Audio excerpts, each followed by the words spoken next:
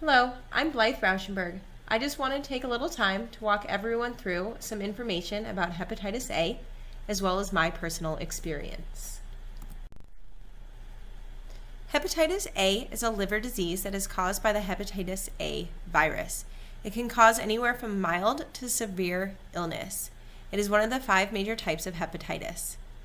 The hepatitis A virus is transmitted through ingestion of contaminated food and water or through direct contact with an infectious person. From my personal experience, it is likely that I was contaminated by food, possibly from a Trader Joe's. When it was determined that I had hepatitis A, it did have to be reported to Maricopa County Health, and it was investigated. And I did have some conversations with one of their investigators, and that is believed to be where I had managed to catch it. In 1977, Stephen Feinstone successfully identified a new agent in stool specimens from acute hepatitis A outbreaks. Previous to that, it was believed that there was a specific hepatitis A virus and had just not yet been isolated and identified. In 1995, a vaccine did become available. And then hepatitis A is not reoccurring after you are infected. The individual usually becomes immune. The incubation period of hepatitis A is usually 14 days. Symptoms of hepatitis A range from mild to severe and can include fever, malaise, loss of appetite, diarrhea, nausea, abdominal discomfort, dark-colored urine, and jaundice, a yellowing of the skin and whites of the eyes. Jaundice has actually been recognized as far back as Greek and Roman times, long before viruses were even known to exist. In my personal experience, I pretty much had all of these symptoms.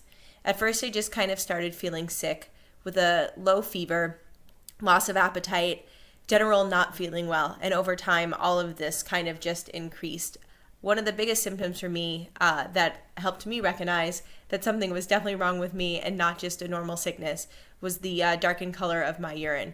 And then when I went to my primary care physician, she noticed just how jaundiced I was and knew right away something was wrong with my liver. There's actually no treatments for hepatitis A. Recovery from the virus can take anywhere from weeks to months. In the meantime, what can be done is just to try to manage the symptoms and the discomfort. The only method to control hepatitis A is prevention with the vaccine. Hepatitis A has some stigmas based on just information from hepatitis in general, and because of the types of people who can become infected with hepatitis A most commonly. So hepatitis A may be confused with hepatitis B and C, which carry a certain stigma due to the way they are transmitted. So this is something I personally experienced when I told people that I had contracted hepatitis A, and they would make a certain face at you, and you'd have to kind of let them know that it is generally from food contamination and not a sexually transmitted disease or from things like intravenous drug use. So that was something I would overcome. People weren't really familiar with hepatitis A specifically, as I had not been either till I had become infected. And then, like I had said, hepatitis A is generally stigmatized because it is more common amongst a homeless population or intravenous drug users.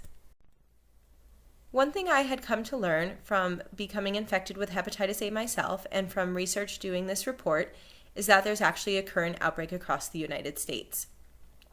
Currently, as many as 30 states are seeing outbreaks of hepatitis due to person-to-person transmission. The incidence of hepatitis A decreased from 6 cases per 100,000 in 1999 to 0.4 cases per 100,000 in 2011. However, there has been a resurgence in the incidence of hepatitis A in the U.S., with recent outbreaks occurring.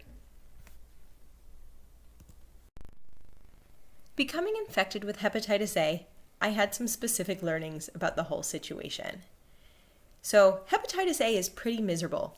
I was very sick for the first few weeks that I started having symptoms. I also did not realize that I would be infectious to others, and I had to be quarantined from people like family and friends. It really was just not a good time.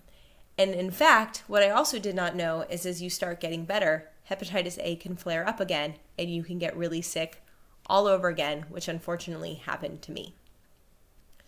And then another thing I wondered was, if there's a vaccination, why wasn't I vaccinated? I was born in 1983, and at the time, there was no hepatitis A vaccination. It wasn't until about 1995 that it became available, and a few years after that, that it was very widespread use. So I don't know why my doctor or someone never said, hey, this is out now, you should get vaccinated. But if you have not been vaccinated, I would highly recommend it. Even though it's not something that has a high rate of infection overall compared to a lot of different viruses and diseases out there, it can happen to anyone. It is actually currently on the rise. So just quick vaccination at your doctor and you could save yourself from a whole lot of misery and suffering. Thank you for listening to my presentation about hepatitis A.